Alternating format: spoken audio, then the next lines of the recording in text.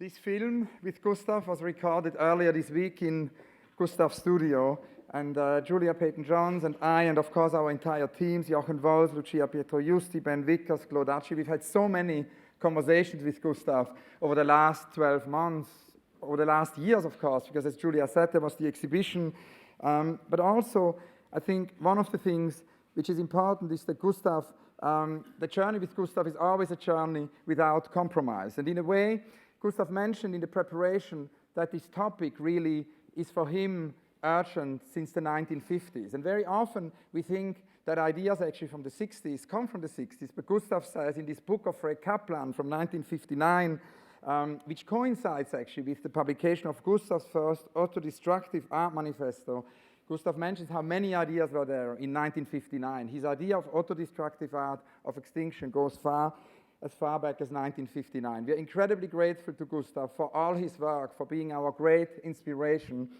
for his extraordinary journey without compromise, and for, of course, being here today with us. Gustav, thank you so, so much.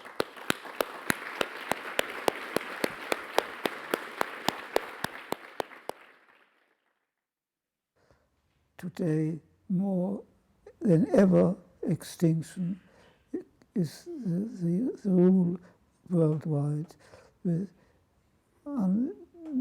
uncountable, unimaginable number of animals, birds.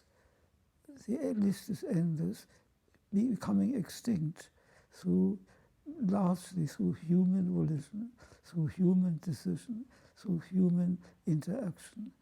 And what we are going to do here, I'm sure, is to open up areas, vistas on extinction, and so I hope this particular meeting will extend our capacities to feel and reimagine what humans are doing to animals, to plant life, to nature in the widest sense.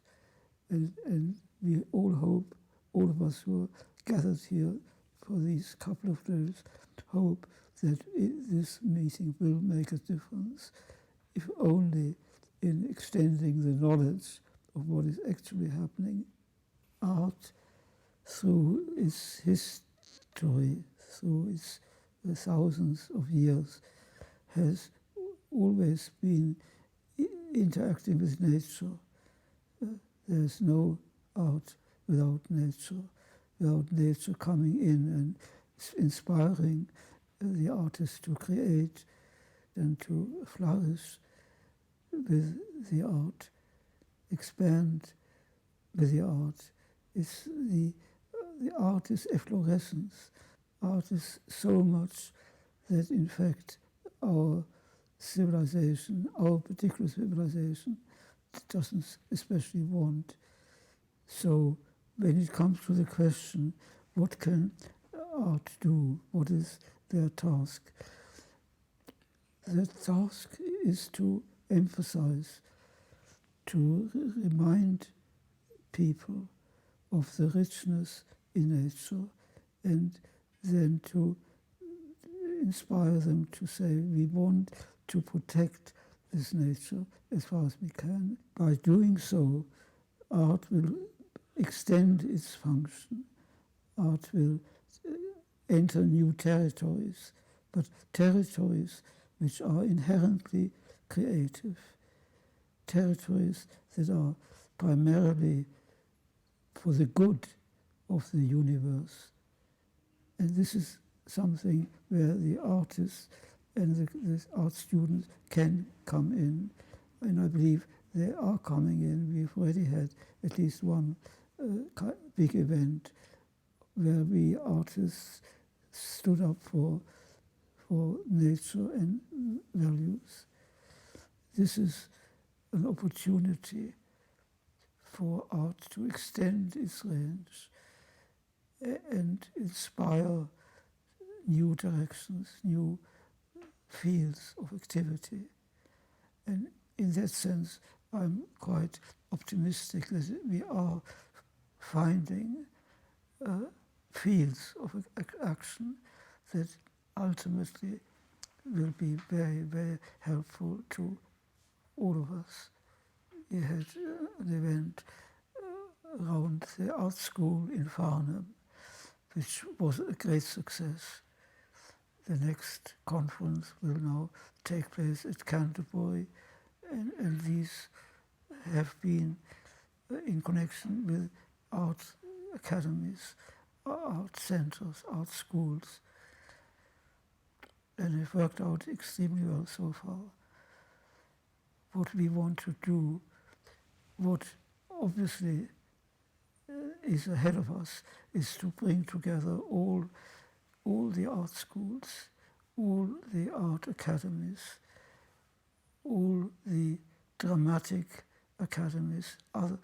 In other words, what follows logically from what has happened in the last few months in this country is an increasing awareness, preparedness to radicalize and to bring into focus important issues.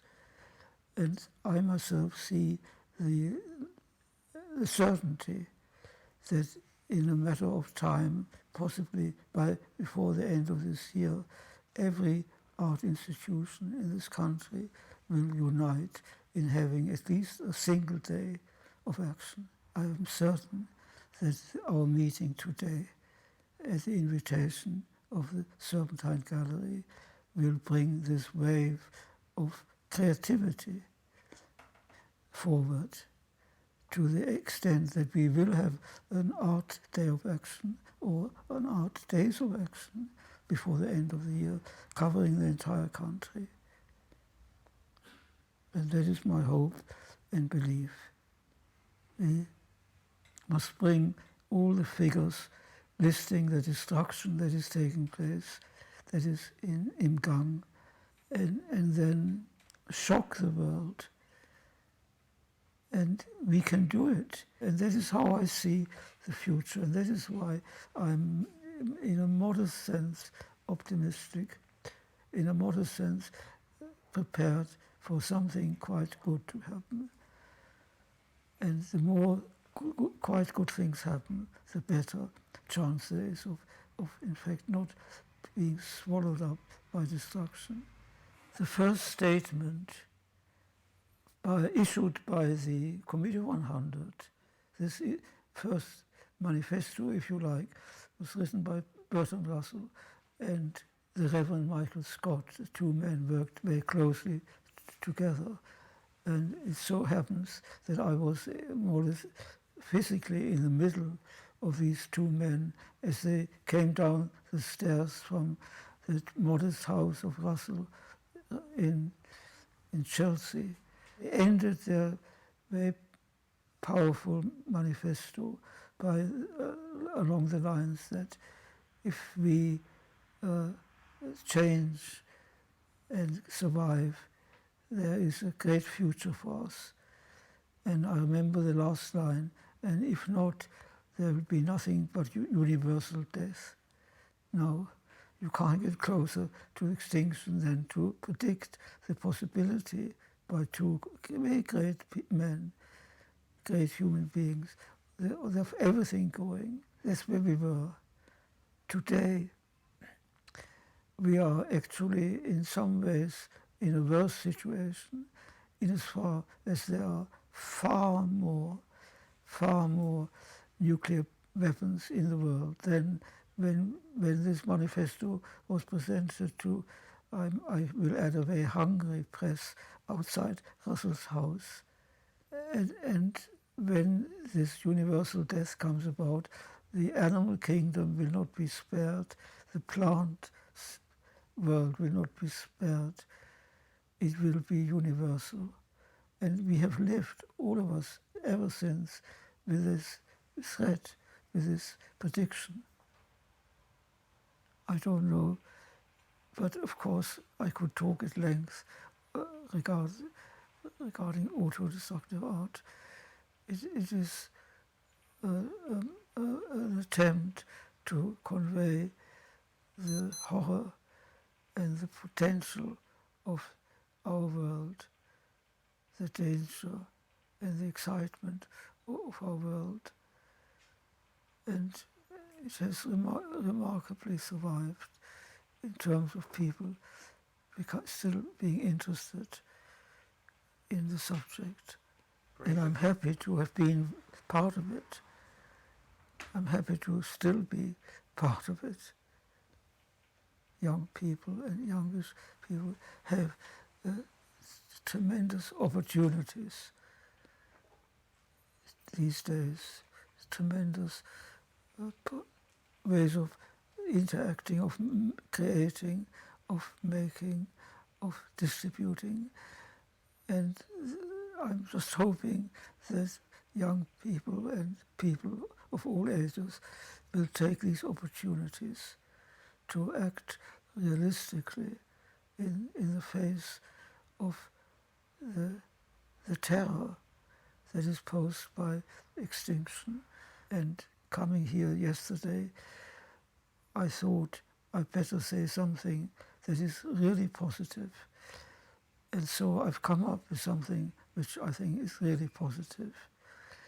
And that is contained in the word, in the movement, slow food. I believe that slow food could actually literally save the world. And so I'm asking this conference, since we are together, to seriously consider this as a way forward for the our global situation. I do believe the movement exists worldwide. It's ready-made.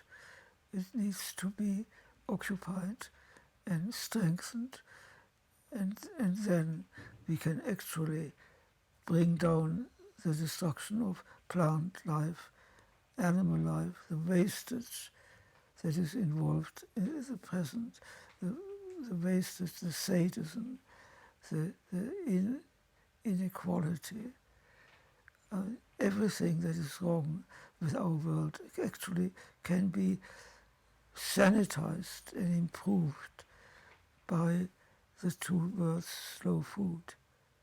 We will kill less, we will waste less, we'll have time, more time to deal with fundamental philosophical, aesthetic, financial, every range of life could be affected positively, and I hope will be affected positively, because I think if we put our energy into a movement, this movement, there will be major changes in life and happening very quickly, and that is really what I would like to end on. And it's up to us to use this potential for the good, and especially in this context, for the good of animals and the good of plants and the good of nature as a whole.